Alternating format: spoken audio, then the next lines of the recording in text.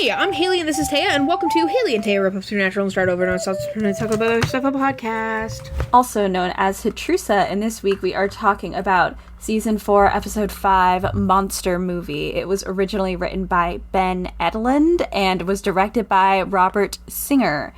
So Ben has done a bunch that we've felt pretty meh about to good. Simon Said, Night Shifter, Hollywood Babylon, Bad Day at Black Rock, Malice Maleficarium, and Ghost Facers. So we got a bit of a mixed bag on this one, and he's going to do 2 more episodes this season. And then Robert Singer has done a few so far. Phantom Traveler, Salvation, Bloodlust, Croatoan, All Hell Breaks Loose Part 1, not Part 2, Bad Day at Black Rock, Malice Maleficarium, and Long Distance Call. And Hell it's going to yeah. be around until the end. Like, Robert Singer is in it for the long run. Honestly, good for him, because sometimes we aren't even. Yeah. Do we have any trigger warnings for this one? No, so I was thinking about this, I didn't write any down, but so here's the thing about this episode is that it is fully shot in black and white.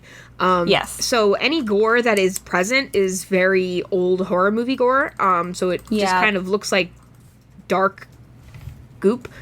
There's one a little scene, tiny bit of body horror, but yes, an ear gets ripped off, but it looks like a prosthetic. And someone's face droops. And someone's face pretty droops. minor. Yeah, and also there's a gore scene where they're looking at a dead body and there's it's shredded.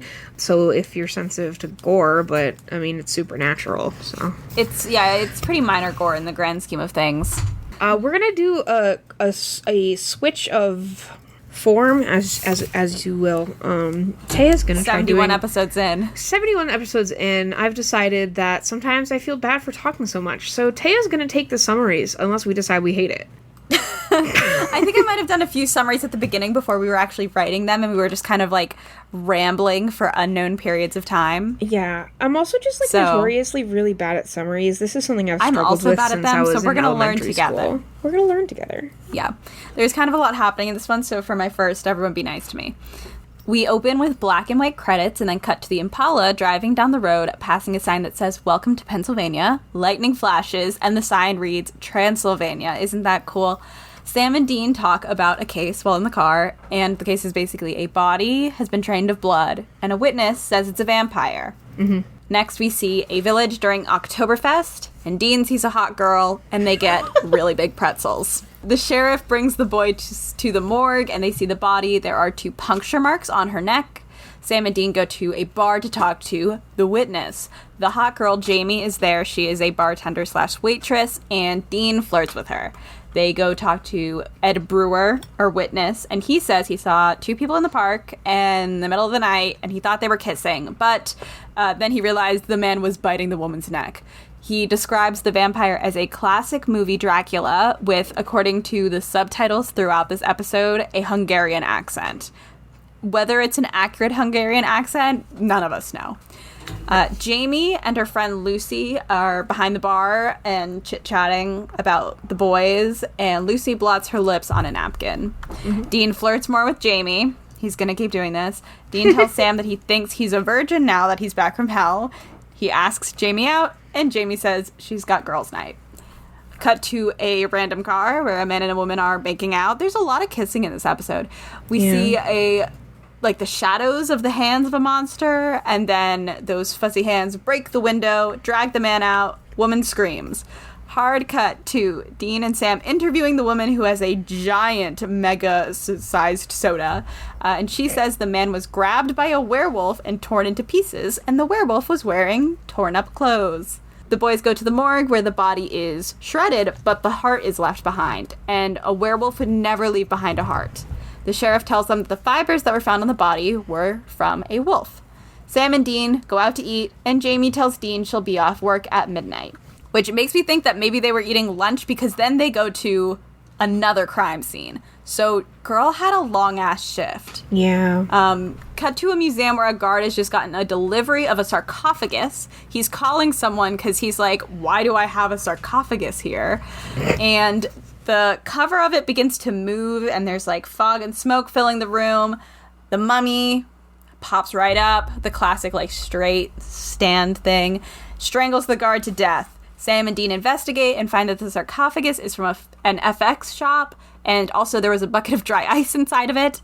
Sam calls this stupid. Dean realizes he's late and leaves Sam. Jamie is waiting outside the bar, and as she's giving up on Dean and walking away, Dracula shows up and starts chasing her. He calls her Mina. He says she's the reincarnation of his bride. She pepper sprays him and then immediately runs into Dean, who punches Dracula multiple times and then rips off his ear. Dracula escapes. Back at the bar, Sam and Dean realize it's a shapeshifter and explain things to Jamie. All of the costumes that the monsters have been wearing are rentals from, like, the local theater. And Sam goes to talk to Ed, who works there, while Dean stays behind with Jamie. Jamie and Dean have a little heart-to-heart and kiss a bunch. Lucy comes in awkwardly, and they invite her for a drink. Lucy, like, says she came in to get a bottle or something. It's, like, gotta be, like, 1 in the morning. It's 1 in the morning. It's late. It's really late. Also, the bar is closed now. It's just them. Which makes it even weirder that she's gone in to get a drink at right? 1 a.m. It's really strange. Sam walks into the theater to organ music. He holds a gun to Ed's head and tries to pull off his ear, but Ed is human. Back at the bar, Jamie is super drunk. Lucy blots her lips on a napkin. Dean gets dizzy and punches Lucy in the face when he realized they were drugged. Lucy's face gets all distorted and Dean passes out. He wakes up strapped to an upright table and is wearing lederhosen. Dracula shows up, monologues a bunch, and then slowly starts to reach for a thing to electrocute Dean, except then the doorbell rings and he goes upstairs to get pizza. Sam is at the bar. He sees everyone's gone, sees some smashed bottles, sees the lipstick napkin, realizes it's Lucy. Jamie wakes up on a bed. Everyone is everywhere. Dracula tells her to put on a dress and tells her they're eating pizza. She doesn't want to be doing this. He screams at her and scares her. Then he tells her about his abusive father and how he was bullied for being a monster and how he loves the movies. And she's like, movies aren't real. Maybe you're lonely because you're killing people. They hear a noise. Jamie screams for Dean. Dracula punches her in the face. And she is knocked out. Sam saves Dean. They go to save Jamie. Sam gets thrown through a fake wall and is unconscious. Dean gets beat up. Jamie shoots Dracula in the chest. Cool.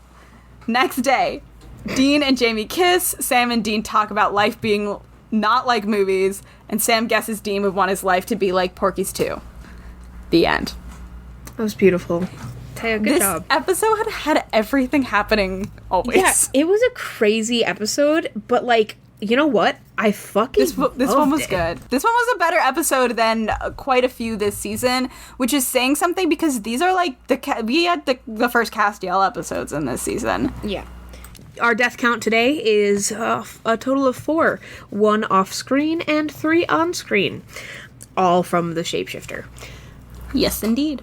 Obviously, one from the vampire, 1 from the werewolf, 1 from the Dracula, that's the off-screen, and then the shapeshifter itself, I think? I forget. Hold on. Oh, no. Yes. Yeah, okay, yeah. Yes. I also just wanted to add that in the for a summary, when the couple is kissing at Makeout Creek or whatever, she's like, I don't know, I just, there's something out there, and the boyfriend is like, there's no wolves in Pennsylvania. Calm down. Which is a crazy thing to say. Like, I did do a little bit of Googling because I was like, that doesn't sound right. I feel like there's certainly wolves in northeast USA. Apparently there's no wild wolves in Pennsylvania. They were hunted to, like, extinction in the late 20th century. So, but there's not no wolves in Pennsylvania. Like, they're fucking nomadic creatures. They might show up. And if there's not wolves in Pennsylvania, there's coyotes in Pennsylvania. So, like, there's still animals. But I digress. Unfortunately, there is no cast quote today, obviously. No. Castiel was not here again, which is fine, I guess. But you know what there are is my notes. Yep.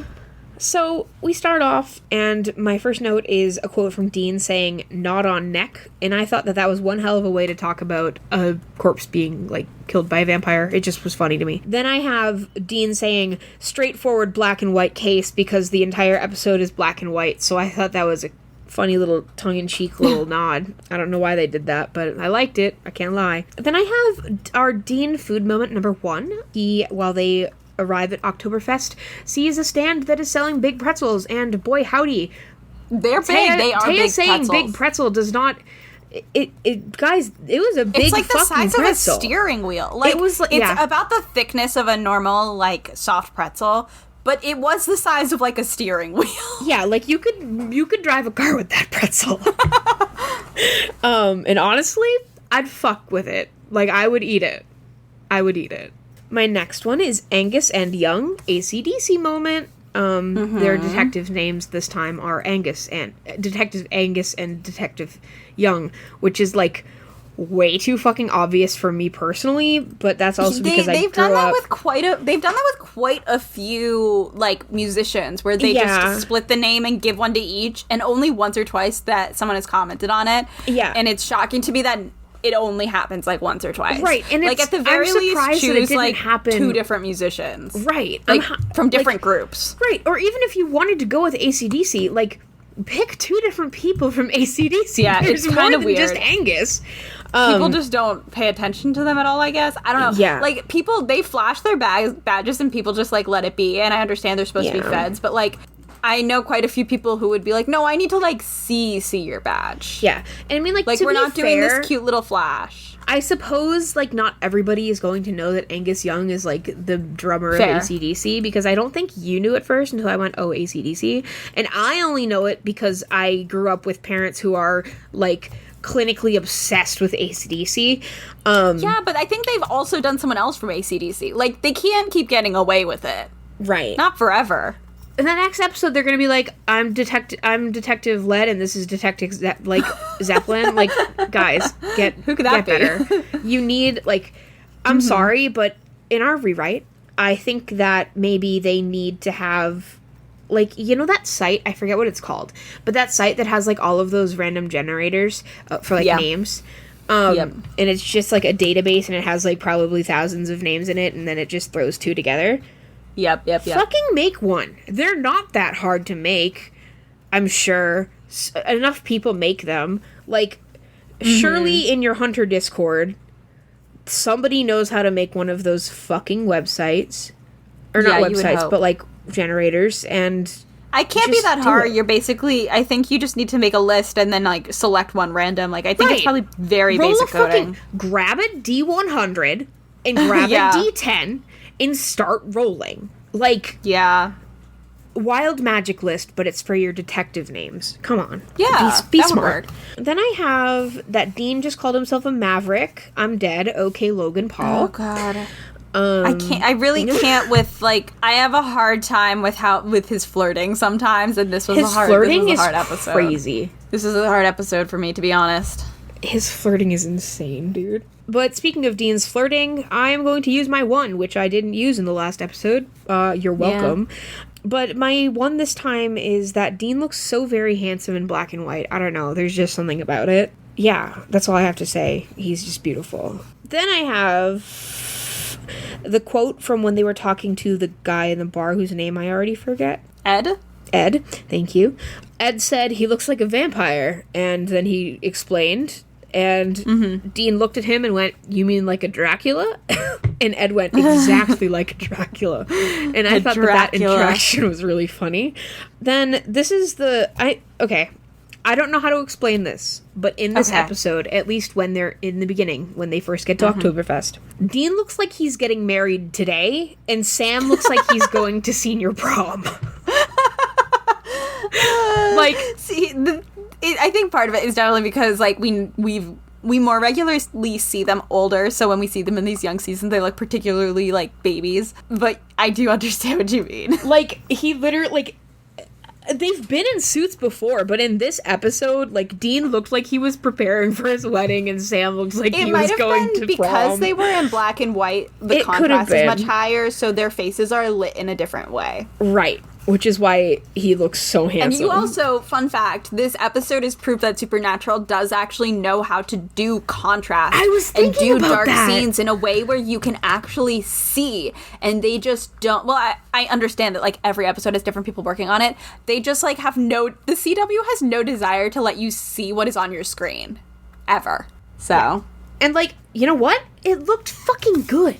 Okay, It looked good. So why can't you be better? Guys, you can be better. I'm so mad. Okay. This note, sorry in advance for what I'm about to say. Oh, God. But Dean said he comes back without any scars. That every single scar on his body, there is nothing wrong.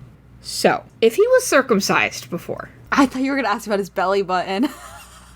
Oh my God, wait. I didn't even think about belly. Oh my God, that's right. Belly buttons are basically scars. Oh my God, that's scary. Imagine dying and coming back. We know for a fact he has a belly button, though. Yeah, he's not Kyle XY. Yeah, but can you imagine dying and coming back and like not having a belly button? I know what you were actually about to ask, and I'm not interested in addressing that. Well, I already asked it, so it was. Yeah, it's just I'm food moving for on thought. to talk about something else. There's like a TikTok trend right now, or I don't know if it's a trend, but I've at least seen it like 3 times for different, and it's like totally fucking weird. The one that I saw was, are your favorite Smiling Friends characters cut or uncut? Oh my God. And I saw another one today that was like, is your favorite Smiling Friend character loose or tight? Okay, anyway, moving on. It was insane. Anyway, sorry. My next note is that I was a really big fan of the camp-ass horror movie stings. I really liked them. They had fun with the score this episode, and I appreciated that. They really did.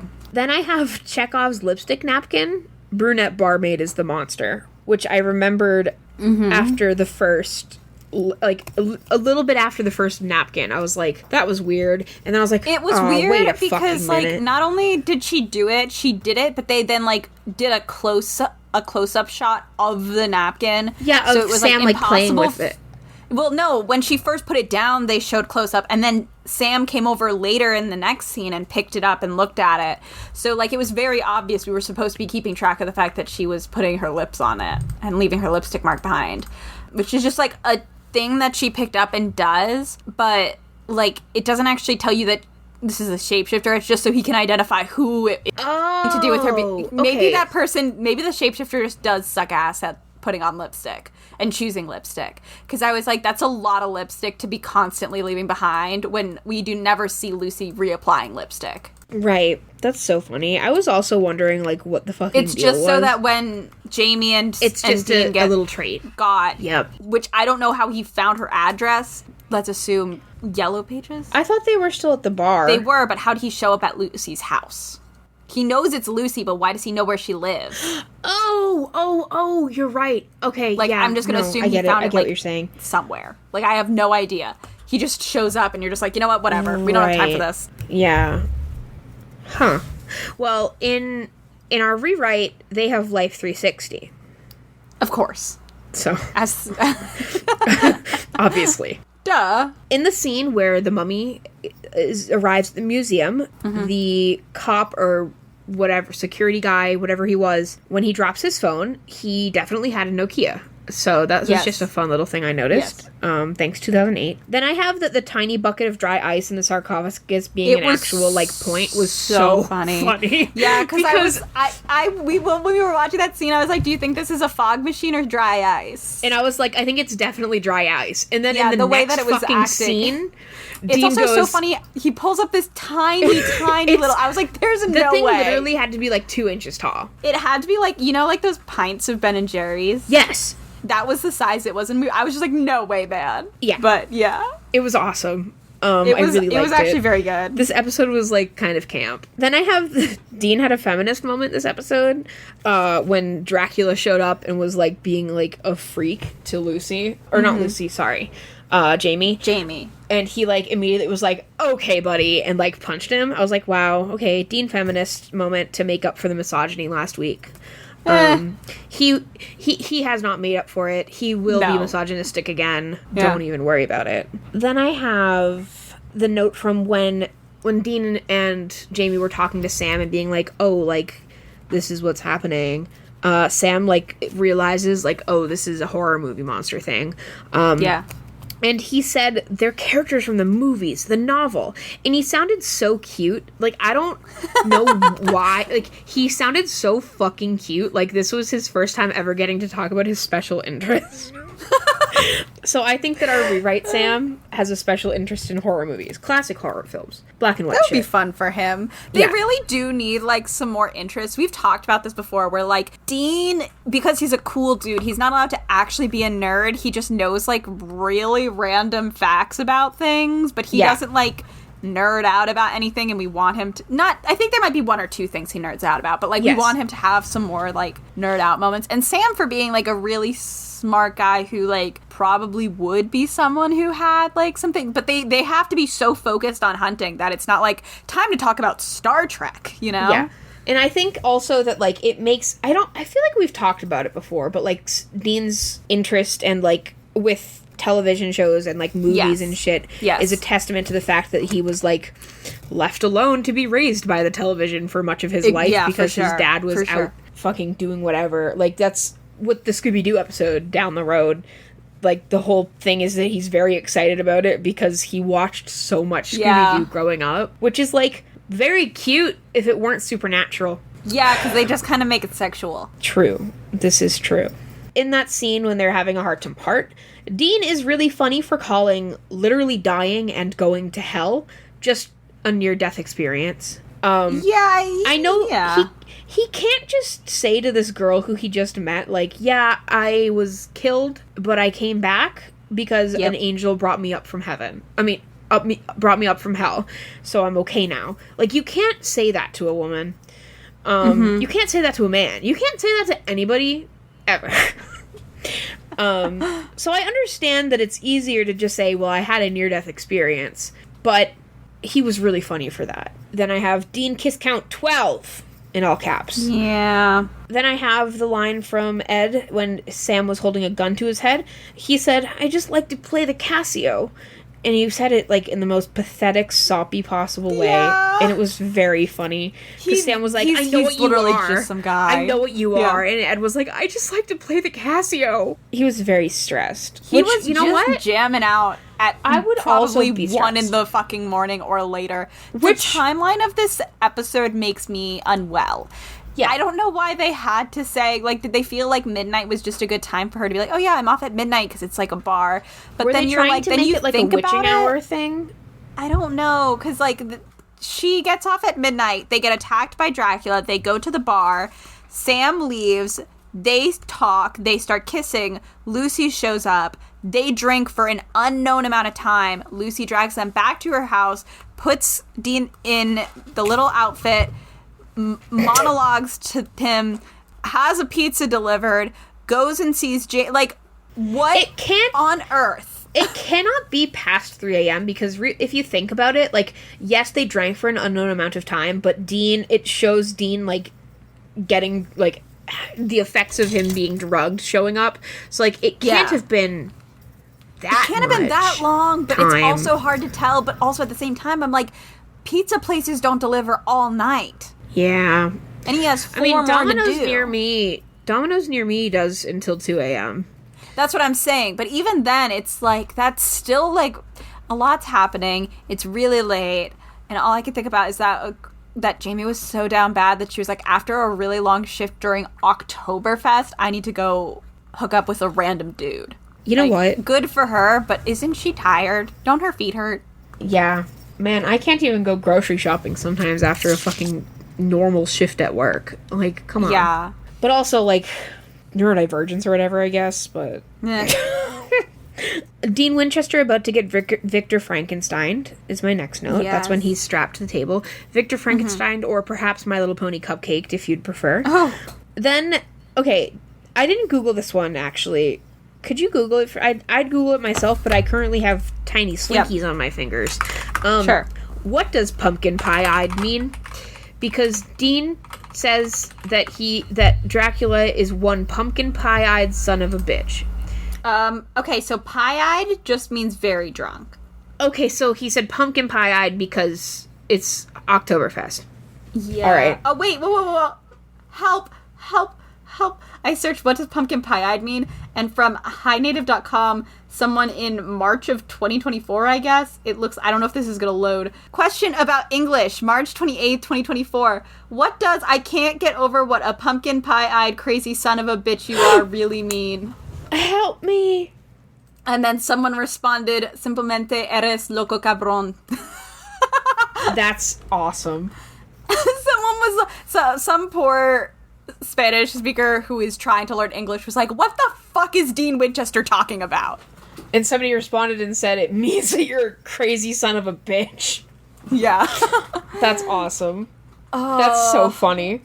Yeah, I'm just gonna screenshot this, send it to you. Maybe we'll post it later. Then I have that the Dracula actor kind of ate. Oh, we should actually figure out who that was. Hold on. Yeah. This is so funny. Simply, you're a crazy son of a bitch. Yeah, that's good. This was Todd Stashwick. Okay, it's Todd. Hey, Todd. You're kind of a Chad, bro. He was apparently on Buffy and Angel, and he was also in 12 Monkeys, Gotham, and the originals. Yeah, no, he really did. He really did. Wow, he's done a lot. He's done a lot. I really liked when he was having his little monologue and he got really sad and like dropped the accent and then at one point picked it back up to like show that he picked it up. It was funny. Yeah. He was good. I liked him. He was good. He had a good performance. Then I have the line that the kid who is working for Big Bite Pizza does not make enough for this and that Drac better have tipped good. Yeah. Because can you imagine going to a house? It's 2 o'clock in the fucking morning. Mm-hmm. It's Oktoberfest. So you goddamn know goddamn well that he's been delivering to houses of like absolutely drunk people super for the last like few hours, and he's been dealing with that. He has to be like between the ages of 17 and 19, and it's 2 in the morning. This dude in Dracula gear opens the door talking in a Hungarian accent and is like, "Is there garlic?" And he's like, "What the? Why would I know?" He goes and he looks at him and goes, "Like you're like, did you order garlic on your pizza?" And then, in character, the guy in the Dracula outfit doing a Hungarian accent goes, "No, why would I do that?" Like, you're not, like, oh my god. I think I'd quit my job. I think I would go to work, I'd go back, and I'd be like, I can't do this anymore, I'm done. Like, yeah. That would be the final straw for me. Then I have that Jamie is really funny for trying to be like, wow, you're fucked up, because she kind of gets really ballsy with him. She's like, I don't want to wear the dress. I don't want to be here. Why? You don't even know me. Why'd you kidnap me? And like, it's really funny, her trying to like fight it.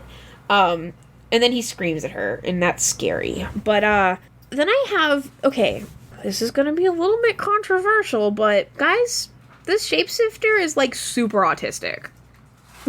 He sits there and monologues about how he grew up like bullied and got like hit with a shovel, and how he gets called freak and monster and gets bullied, and then he finds out about horror movies and movie monsters and develops a special interest with them because they're scary in the right way, and he wants to be more like them or whatever. So he starts dressing and talking like Dracula. I mean, he's built this dungeon in his base. Like, he didn't know the fake FBI was gonna show up. He built that fake Frankenstein lab in his basement with fake walls and stuff. And like, even though he's going full Dracula, the room that Jamie is in is giving a little bit of the Phantom of the Opera's lair that he brings Christine, and he's like, here's your wedding dress I've made you. Like, it's giving that. I haven't actually seen anyone mention that in, like, the trivia, but that's what it was giving to me. And, like, there are fake walls and everything, and it's kind of just like, yeah, he's, like, really, really into this. He's, like, super autistic. So, good for him. He's one of those monsters where I'm like, he did kill people, but, like, I don't know.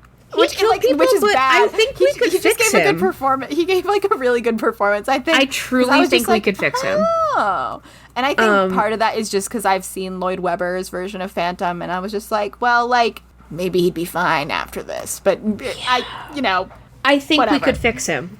I'm going to make an OC that is based entirely off of this monster. Okay. Love that for you. I have 2 more notes. One is the line, "You have no friends because you kill people," to which the monster responds, "I kill people because I have no friends." Yeah, I might have been lonely, but yes, you're correct. She's like, he's talking about how lonely she is, and she's like, "Have you ever considered you're lonely because you kill people?" And he's like, I kill people because I'm lonely. It's like, wait a minute. It's so funny. It's so funny. He's funny. And then when he gets shot... He continues to monologue. When he gets shot, he, like, continues to monologue until he finally dies. Yes, and he actually quotes like, King Kong when he dies. This is how the movie ends. The beauty kills the beast.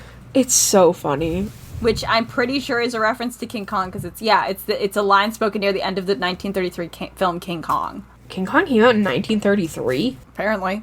Wow. I don't know jack shit about nothing. My final note is Dean kiss count 13, 14, 15, 16, 17. I can't remember if we actually count those. Yeah, I don't remember if we count his kisses as just like people instead of individual kisses. I cannot remember, but it's been like 2 years, so fuck it, we're counting every kiss. So we did count that makeout scene as just one, though. Yes, because a makeout session is one consecutive long kiss, in our humble opinion. So Dean kiss count is up to 17, while Sam still lingers at a mere 5. We don't remember when we started doing this, though. This wasn't at the beginning. I was going through our files the other day because I needed to download stuff, and we had been keeping track of both LGBT characters and characters of color. Oh my god, you're right. So I don't know. We have to get back into it, but we didn't start that until like season 3. So yeah. We aren't the end-all be-all of statistics on Supernatural. Yeah, so. I'm not a stats person, really, so... I like keeping track of things, but there's a lot going on in this show. Yeah. Taya Lore Library. We're going to actually low-key skip this one this week. All the lore in this one we've either talked about in the Shapeshifter episode, or this is movie stuff, and I actually haven't seen the classic black and white monster movies. I can tell you that... in the bar, Sam, when talking about Dracula, says, like, in the books and in the movie and novel, Dracula, the book is not much like the movies. Mina and the Count don't really have, like, a relationship. If anything, he's way more into Jonathan Harker. Like, he traps Jonathan in his castle. He barely knows Mina. He does bite her. But this idea that she's, like, going to be his bride, that he loves her, that doesn't really, like, that's not in the text of the book. And no one's, like, actually interested in that. But, like, I was just kind of like, hey, Sam, that's not the novel. That's not the novel. Just, yeah, but that's all. Yes. And in terms of pop culture references, this episode is only pop culture references. Like, is that when we do... Oh, my God. We didn't have a section for where we were doing that. No, so I just forgot to add that. Yeah, that's fine. We can do it here. But I can tell you my favorite, because it was one of the more subtle ones. There was a lot of times where they just straight up said things, you know? They would just say. But my favorite was when Dean says, "So what, we got a vampire and a werewolf monster mashing this town?" Yeah. Subtle. Maybe because everything else was so on the nose. Right. My favorite was when Jamie asks Sam if they're like Mulder and Scully, because I've never heard it said Mulder and Scully. I only ever hear Scully and Mulder. And I don't actually know if I've ever heard Mulder and Scully before. It was fucking weird. I was like, why is she saying it like that? Why is it that order? That's wrong. Is it brought to you by our favorite wiki? It's crack shipping for... Oh, wait, Bechdel test. Bechdel test? Okay. Technically, I think we don't even technically have 2 female characters. Okay. Really? Well, we don't know the gender of the shapeshifter. I tended to use in this one, I tried to use whatever pronoun that were being used in the show for the character in any given scene. But I think even in the scenes with Lucy and Jamie, they were still talking about the guys. Not in, like, a romance way, but they were talking about, I think, like, the one conversation they have alone, they're talking about the boys interviewing Ed. Yeah. And it's really... that's what I meant to bring up earlier. What? It's really funny that Lucy's the one who's like, it's kind of weird, isn't he? Because it's, like, so clearly her trying to, like, rub off the, like... Yeah. Oh, I forgot to mention, I mean, this is super obvious in the trivia sections for everything, but Lucy is a reference to Dracula as well. The name Lucy. It's kind of a tip-off because Lucy is a vampire. Or becomes a vampire. Crack shipping? Okay, so this is embarrassing. So for the crack shipping today, I did it... Usually I wait till the end of the episode. But this time I did it pretty early in. That said, I wrote... that my crack shipping this episode is the two barmaids, Jamie and Lucy. Oh, that's awkward. I then, as the episode went on and I realized what was happening, crossed it out and went and wrote the word fuck. So, I don't have a different one. I suppose that will stay as it, but it doesn't really work as a crack ship, I'm afraid. No. Let's go with Sam and Ed. That's beautiful. Thanks. We don't know what they got up to. That's beautiful. What's today brought to you by, Teo? This episode is brought to you by Toccata and Fugue in D minor by, what is his name? Johann Sebastian Bach? Bach. I probably said one of those words wrong, and we're all just going to have to live with that fact. That's okay. I think it was beautiful. What about our favorite wiki moments? I will share mine with you. Go for it. Oh, God, I know exactly what it is. Because you haven't mentioned it yet. You haven't mentioned it yet. I haven't mentioned it, no. My favorite is that this was revealed as one of Jared Padalecki's favorite episodes. Because he said that he said it's because it has some classic movie monsters, it's filmed in black and white, and you get to see Jensen Ackles and Lederhosen. Which is very funny to me. I thought you were going to say it was Dean's quote where he says, I've been rehymenated, because you haven't brought it up yet. No, I haven't. So now you have. Great. Yeah, when Dean's talking about his virginity, guys, he's talking to Sam, and we were literally talking while it happened in the episode, and he goes, I've been rehymenated. And I went, hold on, did he just say rehymenated? And Taya said, if he did, I blacked out. Yeah. But, no, he did. One thing I find funny about this wiki page is they actually put, for some reason, a GIF of the opening in black and white at the top with the Warner's Brother logo. Most of these episodes don't have a GIF at the top, so I just thought that was interesting. But actually my favorite thing is in the international titles section. The Polish title for this is just horror. That's it. They titled this one horror. In every other language it is monster movie, and in Polish it is horror. So that's awesome. Straight to the point. Sorry.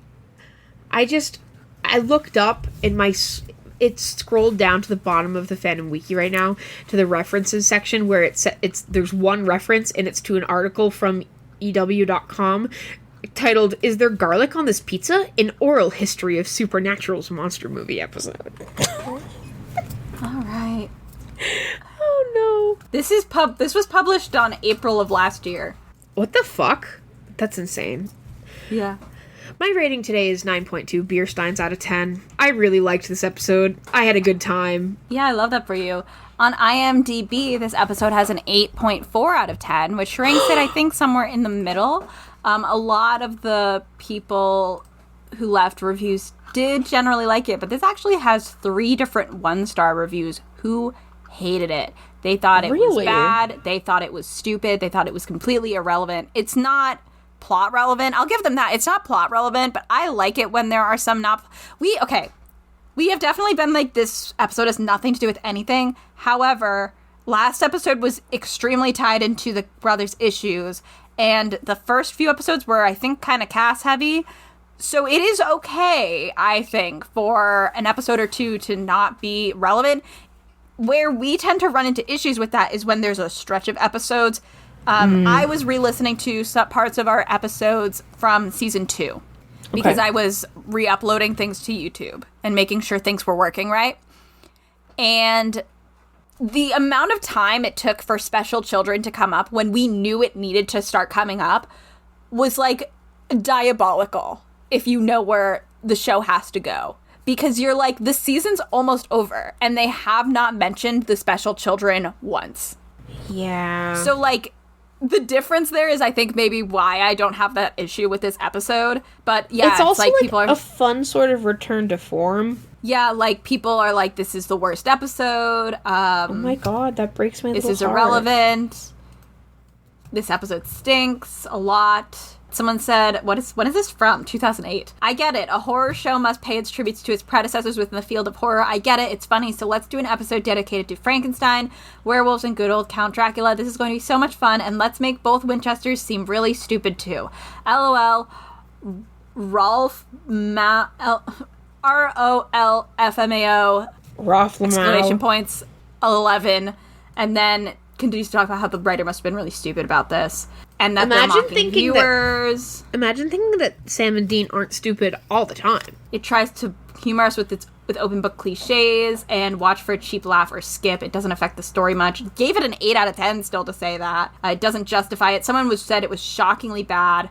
One of the worst so far, which we've had some bad ones. We've start the show pretty early with Bugs. Bad ones, bro. And we forget about how bad Bugs is. Bugs is bad. Bugs is so bad. The humor is bad. It looks like a show running out of steam. It's a stupid plot. It's a waste of 40 minutes. Like, people who hate this episode hate this one.